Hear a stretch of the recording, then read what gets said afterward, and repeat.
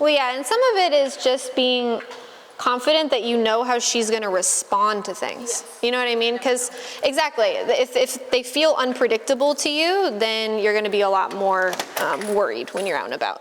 Like we hide behind cars when dogs come by, because, as you saw. Yeah. No more. That's okay. Just wanna...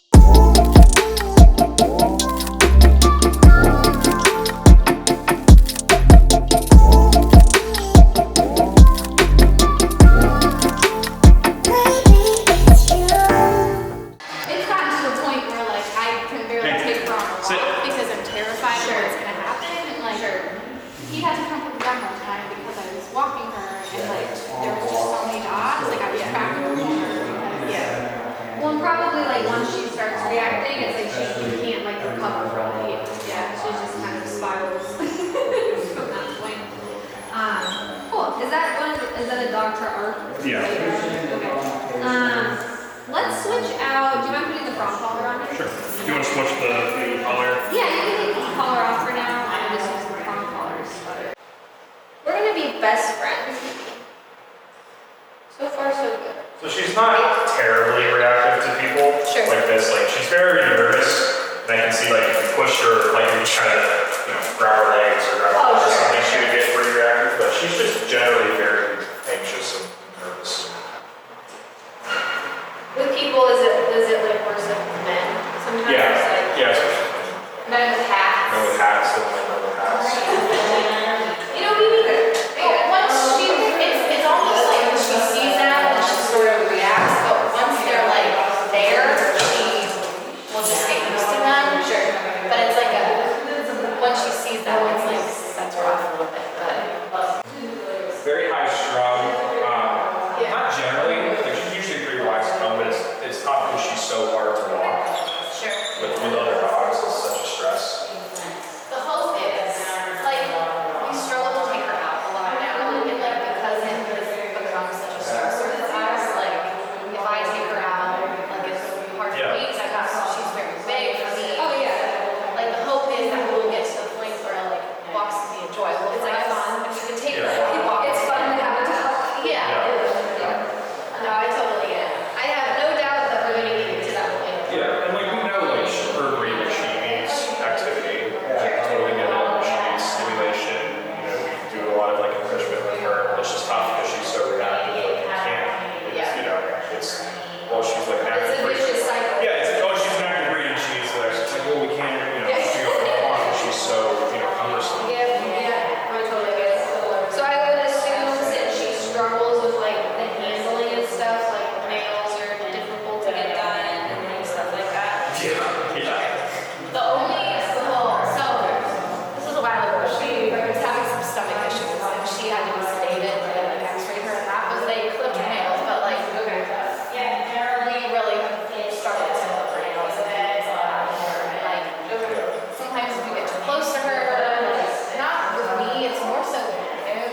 Okay, she will sometimes. Yeah, she likes her space, but I kind of do that. Okay, so like, because I saw like she does resource guard a little bit with food, toys and stuff. So yeah, well she will run away from you. Like if she has like she likes greenies, so like if she has a greenie, you go near her like that. Okay. And the resource guarding with her food, I think kind of started when she was like we went through like a couple of weeks where she was sick.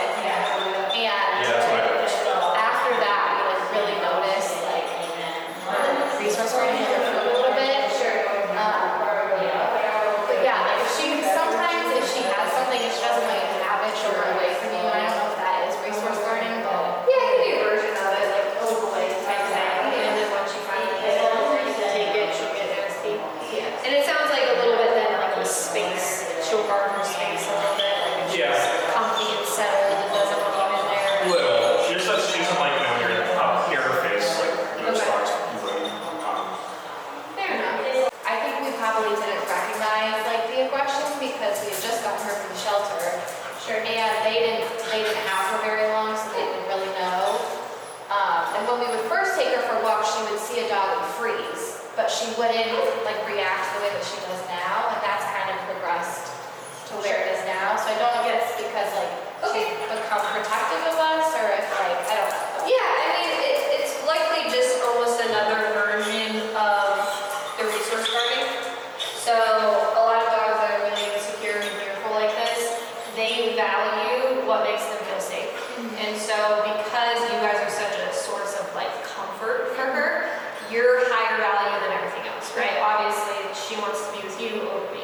So what that means is that when she feels like there's a threat of another dog or person or whatever coming into kind of take what she sees as high value, you're gonna get that defensiveness and kind of that guarding. So it's more possessive than it is like protective at that point. So part of the goal with the training is just improving the relationship that she has with you guys to where she sees you as a little bit more of an authority figure rather than like something that she like owns and possesses at that point. Okay. And she feels comfort from you because you give her good like direction and leadership, more than just that existence of like codependency, basically. Hey, from what you see so far, what's like your initial prognosis? She just seems like a very normal cattle dog who is very high strung, has a lot of like high anxiety, pent up energy that is very explosive because it's not being channeled into like behaviors that are more appropriate. So part of it is giving her really good boundaries and expectations and accountability on the way that the behaviors are inappropriate, and then also allowing her ways to express that energy in healthier outlets. So I don't see anything like absurd here or anything. So throughout the course of the training, and I don't know if you guys already have, but we're going to establish a few main kind of ground rules for things. So we're going to work on a marker system where she's going to understand that a good marker indicates that she's done something correct and there's going to be a reward that follows. A no marker is going to indicate that she's done something wrong and that's going to precede correction. And then we're also going to be working on implied stays with all of her positions. So if she's put in positions, it's expected she stays there until she's given a release word. So we're never going to use the word to stay, it's just going to be assumed. And stuff like this too, like with the whining, I'm going to either wait until she works herself up enough that she breaks the position, and I'm going to put her back in position, or I'm going to allow her time to just calm herself back down.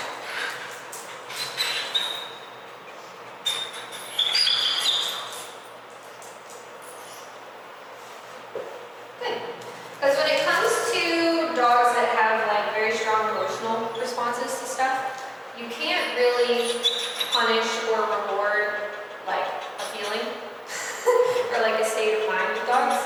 All you can really give feedback on is their behaviors that they're exhibiting. So when it comes to working through that stuff, it really is just a game of being very patient and consistent with everything. So because she's struggling so much and she wants to get over to you, I'm just going to make her work on staying over here in that position until she's a little bit calmer before I'm going to release her.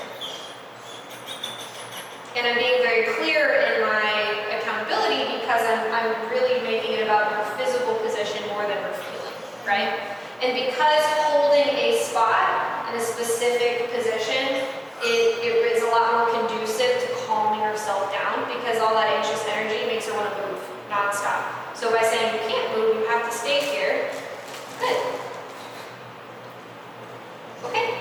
Yeah. That allowed her to work through that a little bit more, you know? I'm glad with how receptive she is to the food, because Yeah, it makes it a lot easier. Yes. Having a value system and something that motivates her will definitely make this a lot easier. Good. And our criteria for the bed is just all four paws on it, so I don't really care what she does up here, just as long as she stays up here. So every time she gets down, we're just going to guide her right back up. She's like, I'm doing everything right, and I'm still so stressed. Right. And that's the thing with dogs like this. It's like, typically with training, and this has been a theme with a lot of the dogs I'm working with lately, is that you're going to see like really like short-term big changes, and then there's going to be like lingering long-term changes that you're going to see more as it pans out. pregnancy, and that's typically where you really see the improvement in the anxiety. Because anxiety is probably one of the most like long-term things with dogs, is it takes a longer time as well as fear to really build that confidence and see those really long-term, like long-lasting changes. Okay. Good girl. You're gonna make it through it. She's so dramatic. She's very happy. When we first got her, she wouldn't bark or anything. We were like, oh my gosh, she doesn't bark. And then like, you know, a couple months later, she just hops. So, we don't really, you know. Yeah. And like I said, this is like a key part of working through all this stuff, is making the criteria easy for her process and be successful, and then and just let her kind of work through this process on her own and get to the conclusion that it's not so terrible being away from you guys and the world is not actually going to end by just being on the opposite side of it. There you go. Okay. Try not to reach for your treat until you mark the behavior that she performed. So wait until she's in it, say good, and then reach for your food. Good. So she's like learning to, so is she learning to just respond to like the good? Yeah. Versus like the treat? Yep. What? No, I was clarifying. No, I was like asking, that was a question. Yeah, no, and that's exactly it, is that they're gonna pick up on the most like prominent cue. And so if she sees you reaching for the treat, even though you're saying good, she's not connecting it. And we want to classically condition the marker. So like Pavlov's thing, the bell rang and then they got the food. And so the bell started to determine the food and then they had that involuntary response. So if we say good and then we create the excitement from the food, that's basically long term. You could say good and she's still going to be like, I did it, whether you have food or not. Follow through with, and a lot of it too is we've switched up the training so many times. It's like we've done one thing and then another, and it's like yeah. We have not been consistent. Well, part of it is making it a simple plan for you guys to follow, you know, so that way you feel confident what you're doing. Because like you said, if you don't feel confident, then it's all downhill from there, because she's the least confident of the bunch. And if she doesn't feel like she has somebody that she can look to for like very solid leadership, then it's not going to help anything. So, well, yeah, and some of it is just being confident that you know how she's going to respond to things. Yes. You know what I mean? Because exactly, if they feel unpredictable to you, then you're going to be a lot more worried when you're out and about. Like we hide behind cars when dogs come by. Because, as you saw. Yeah. No more. That's okay. Just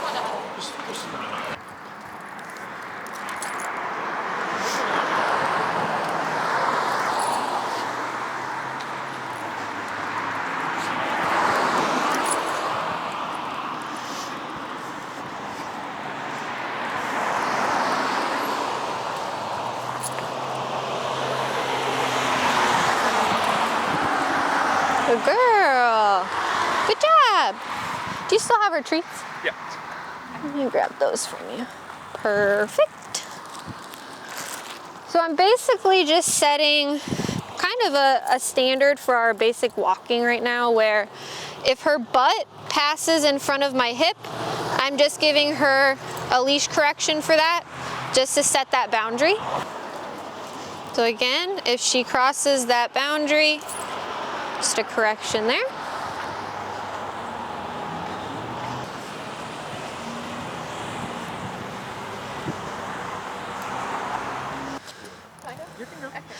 All right, so the key to this is it's less about her pulling and more about the positions, okay?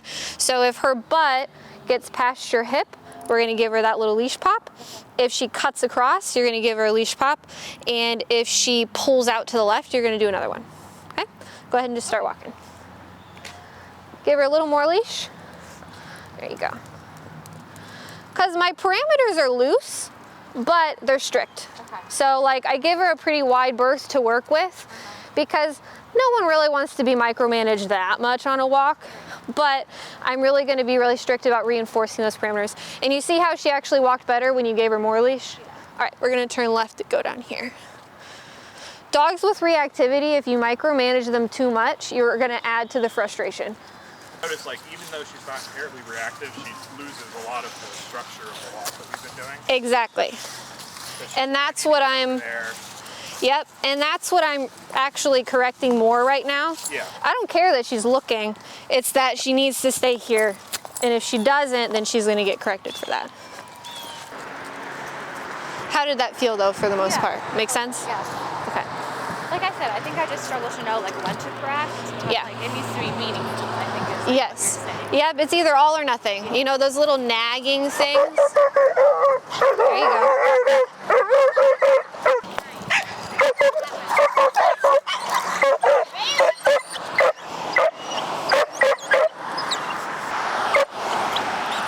There you go.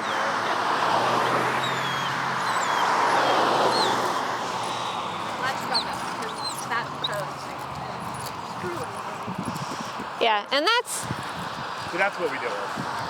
Maybe not, sure. that wasn't too bad because that dog was small and I think she knew that too. Sure, sure. In that situation, when you encounter that this week when you're working with her, because I don't want you to avoid walking, I want you to do the walks. Yes. You can kind of do it, muddle through it like we did there. You know what I mean? Try to get some semblance of like, it doesn't matter that it feels like it's not working. I'm gonna keep correcting you when you break out of position, and I'm gonna get a little bit of success with that. And ultimately, that will pay off. We'll add to the e-collar. It'll keep getting better and better. So like say we're walking and she like there's a dog across the street Sure. and she reacts. Do we just keep walking or do we stop? I would say if that dog is stopped, keep going. Okay. If that dog is continuing to move and you feel better about like, let me just try to get her into a sit here and do that, then that's fine. Whatever you feel is a little bit more comfortable for you and more conducive for you, go ahead and do that. Like I said, this week, hang in there. Next week, it's gonna be way better. I promise. We just gotta get these building blocks in first. I mean this is already like for her to walk through this is really And that's part of it, is like we need to establish clear walking parameters, and that's really what's gonna allow us to then clearly correct for the reactivity and make the biggest difference. You know, honestly, and like stuff like that, that dog to me seems about maybe just as, I mean, maybe she barks first, but Sure, sure. you know, little dogs don't seem as vicious when they're like reacting. Yeah. Oh Oh yeah. Well, and it's interesting because typically like with reactivity, I find that like she'll stop being the one to start it, but she'll likely go through a phase where like she'll probably participate if another dog starts it. Yeah, and then eventually it'll turn into she won't participate at all no matter what. So it'll take some steps and kind of phases to get there and get better. But the biggest thing is now we're establishing clear criteria that we can then hold her accountable for. So it's very expected for her and she knows what's going on. I feel like part of it is like because we don't know what we're doing, she doesn't know where she stands. So like for us to have like for her to know like this is her spot to stand. Sure, sure. I feel like that And she knows I stay here and I don't get corrected for breaking that position. That's great. The biggest thing you want to avoid if she starts being reactive is like constant leash pressure. So you want to do like a release, tug, like something like that, rather than, because if she just hits the end of the leash and you're just hanging on and she's going, you're not going to have any success with that. So even if that means, and it feels weird to like give her some leash, but then you correct her with it, that's going to be far more effective.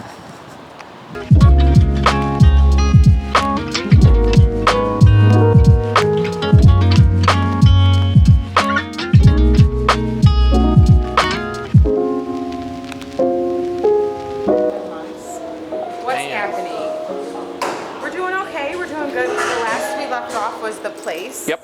And the sit. Yeah, we were doing the sits on the bed command. Yep. And he does very well at that. We were introducing it on the walk a little bit too. The sit command. Yep. On the walk, he was doing well there.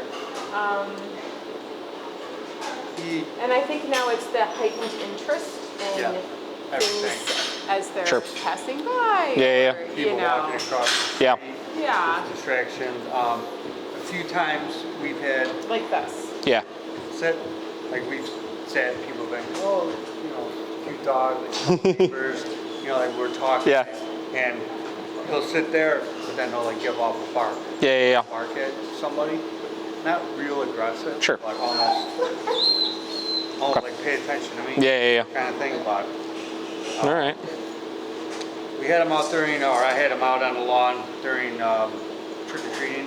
You know, he was pretty good. Cool. One kid in That's good. particular that they're at the beginning of the night came in.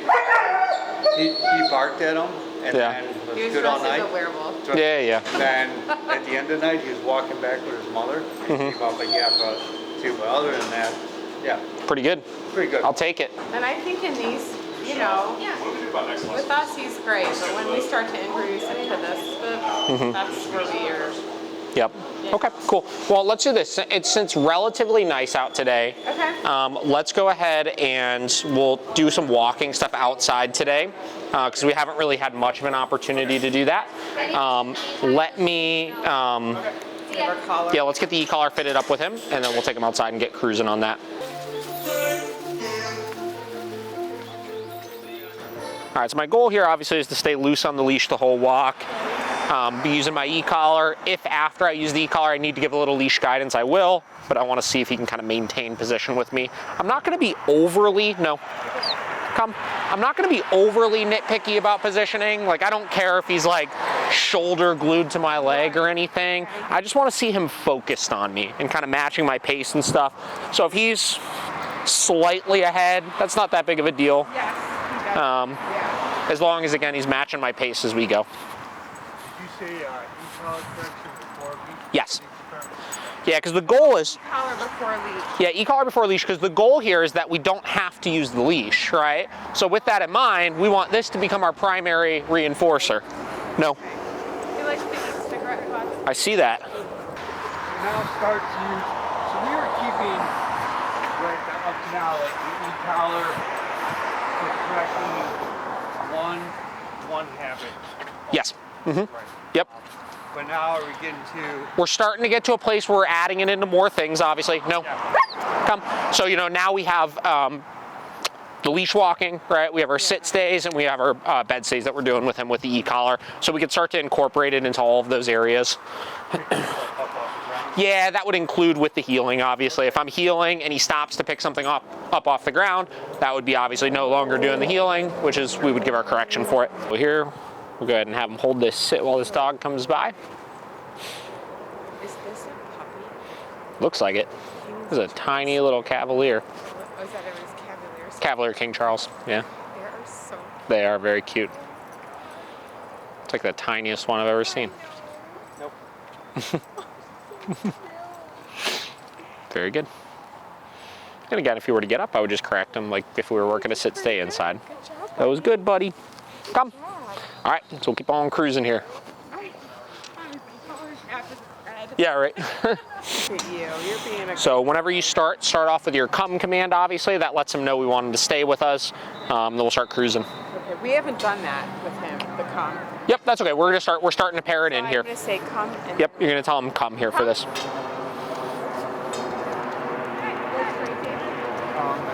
Instead of okay. Yes, yeah, so okay technically means that the dog is free, right? So I would use okay like I did over there to let him know you could go off, you can go sniff, run around, whatever. And come is gonna mean to reel it back in. So if he's away from us, we could tell him come to get him to us, and then if we don't release him, it would mean to stay with us, right? So we don't use like a come and a heel. Come is our universal come and heel.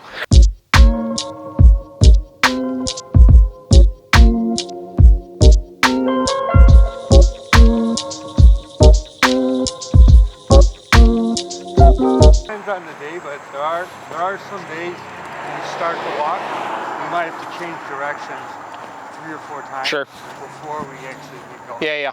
And then other days, it's which is normal, you know, at least early on it's normal. But again, now that we're able to apply more precise and more clear corrections for him, he should learn how to ultimately avoid them, right? Yeah.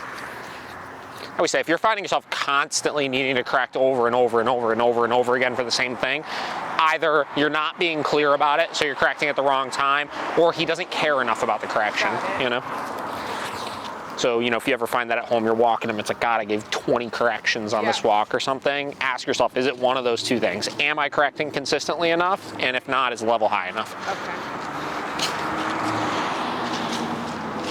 You say it's level high enough. Does that mean on this or? Yeah, on the e-collar. So is the actual level of the e-collar set high enough where he cares enough about it? Right. He cares enough Yep. about it, so. And it's hard because everybody always asks, like, how do I know if he cares about it? It's kind of dog dependent, you know? I mean, like, not, like, I go between this. Is it okay that he's, like, looking at something versus, Sure. like, You said looking at something? down, You said looking at something? for, yeah, like, Okay. for example, there might be a dog on the other Sure. side of the street, and he's doing this, like, way slowing Yeah. Uh-huh. and, like, staying really focused Sure. on him, and I don't know. So here's the thing with that, right? So I don't have any sort of problem with looking, right? Right. A lot of people get real crazy about, oh, you can't look at the distraction, you can't look at the distraction. Not at all, right? Like, I want him to be able to take in the distractions, take in the things going on around him and all that kind of stuff, right? I care if he acts on it at that point. So let's say we're walking here, there's a dog over there, and he's looking, but he's matching position with me, fine. I don't care, right?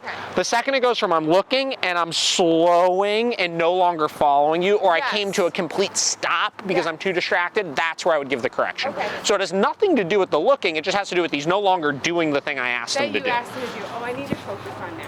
He's no longer doing Yeah, the thing. which is why sometimes with distractions, I'll just stop and do a sit and let the other dog pass by or something, because a sit is really black and white. He's either doing it or he's not doing it, right?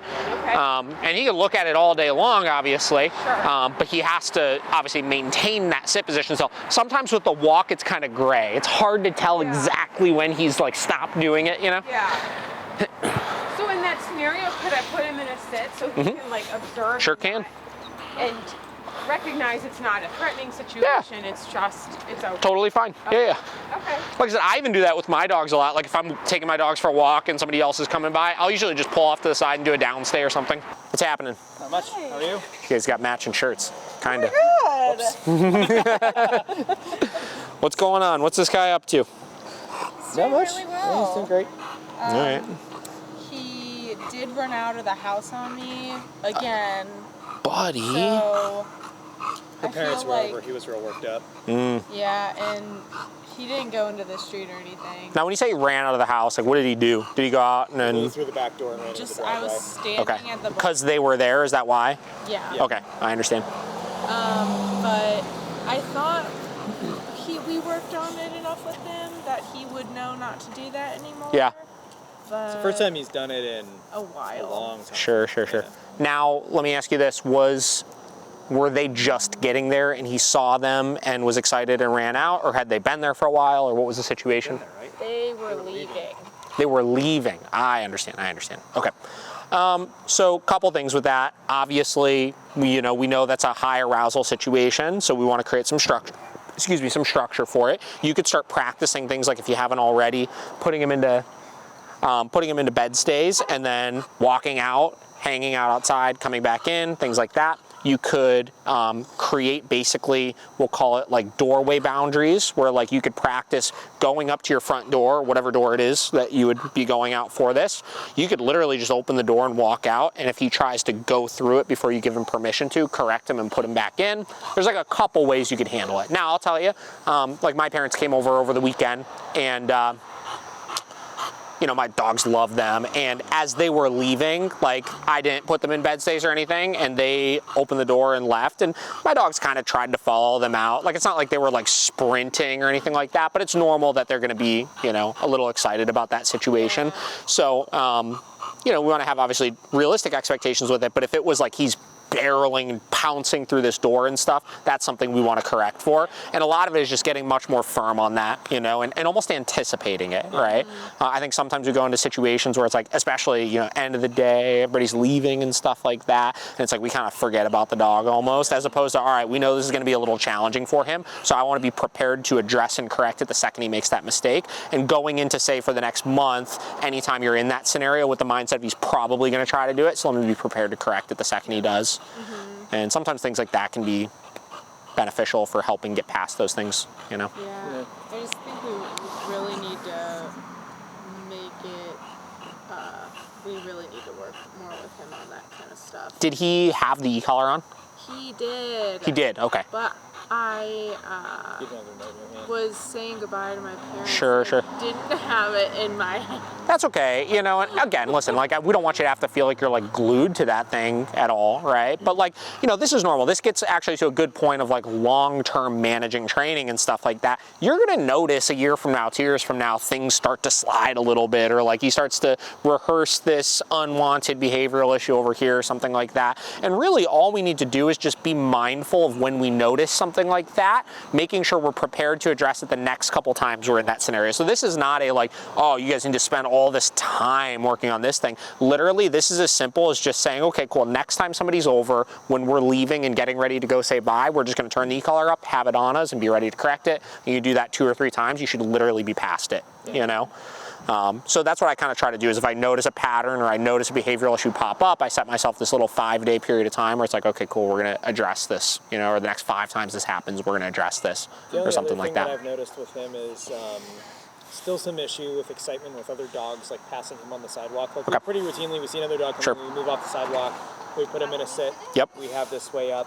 But even, like, I was on, like, 95, and still just going bonkers when this dog was walking by fairly recently. Sure.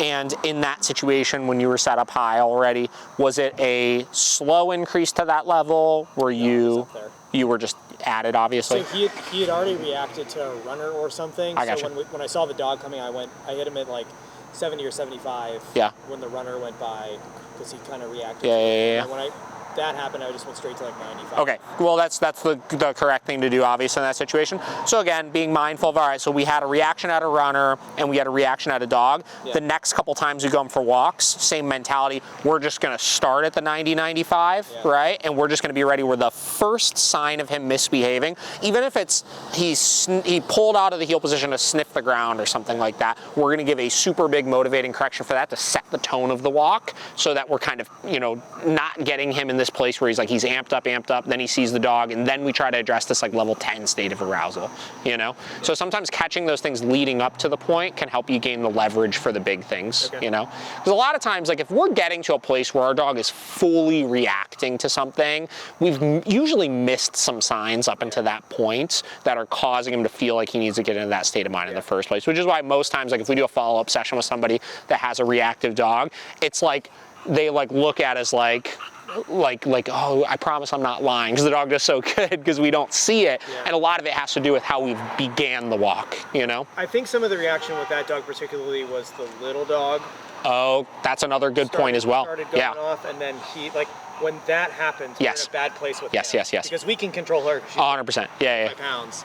But when she starts going nuts, he starts going nuts. And that's another great point, which is like, you know, though it's not an excuse for him by any means, it definitely makes it more challenging when you have the other dog reacting or barking as well. Even if, you know, and again, when they're smaller, it's like not as big of a deal. It's like, I just keep you over here, right? But it definitely can trigger your other dog a little bit for it. So maybe that might mean, in addition to getting pretty firm on him, we start getting a little bit more firm on the other dog over those types of things as well. You know? Because we actually, so the big thing with the little dog was just like she jumps like crazy when we come in. And we didn't have the e-collar on when we got home today, and did not jump on her. So we know we've got it in a place it's great for her. Yeah, so I would start chipping away at some of those other issues with her as well. Like I said, even, you know, if our next thing we care about is just the barking and freaking out at other dogs or whatever, right? If we can get that under control, it's gonna help just create a little more peace on the walk in general, you know? The other question I would have is, when you're walking both of them together, do you notice that outside of seeing distractions in dogs, his behavior on the leash is the same, a little worse? So we always walk them together. They're great walking them together. And actually, when we first got them, he was like not great with her in the house. Yep. Like he was actually kind of like lunging at her. Yeah, I remember you telling me that. Yeah. But even from pretty much day one, we were walking them together and they had no problems on the leash together. Yeah. I don't mean towards each other. I just mean like, do you notice he pulls a little more when he's out with her or anything? Not really. I got you. All right, so yeah, then I would say as far as addressing that specific problem, one, we're just gonna start just in general on the walk much higher with him. And then two, I wanna start getting on the little dog a little bit more over any sort of barking at other dogs too. And that, like I said, that combination of things should get that under control. But just let me know, if in a couple of weeks you're still having issues with that, let me know and we'll maybe do a follow-up with both of them together or something like that, So nail trims, pretty straightforward here. Come here, bud. So we'll kind of see, relax, buddy. So a lot of times if dogs are gonna have an issue with nail trimming, their issue isn't so much with the actual act of cutting and clipping the nails, it's with having their paws restrained, So usually a lot of times the first thing I'll do is I'll just grab that paw, hold it, and see if he squirms around too much or anything, kind of work through that first.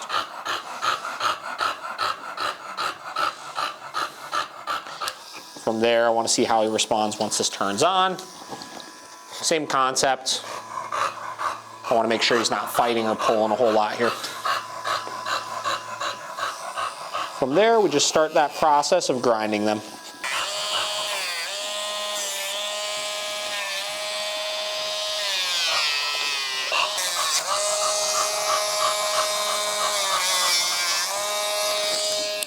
Pretty straightforward, right? You did better with it than I thought he would do.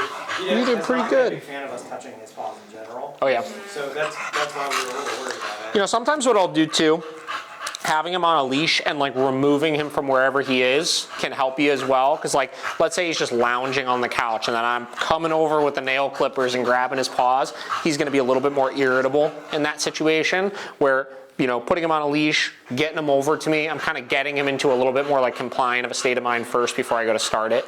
So.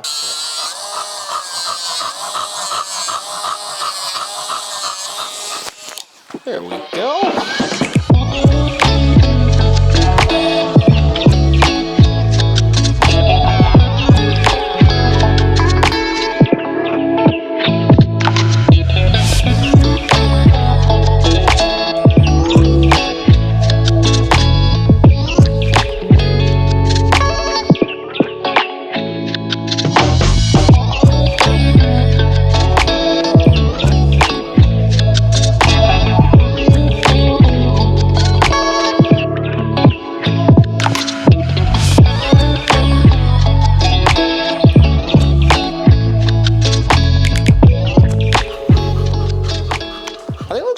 I mean, I'm not seeing any major issues that need worked on. I mean, I think a couple of the things we talked about as far as adjustments to make with the walking and then setting up some of these drills with the front door to help combat those things is going to be big, Is there anything else that you guys can think of that you want to touch on or have any questions about or anything like that? He's a completely different dog. Yeah, honestly. He's done really well. It's been a cool transition to see for sure. And he's really chilled out quite a bit, so that's great. And kind of again touching on what we talked about at the beginning.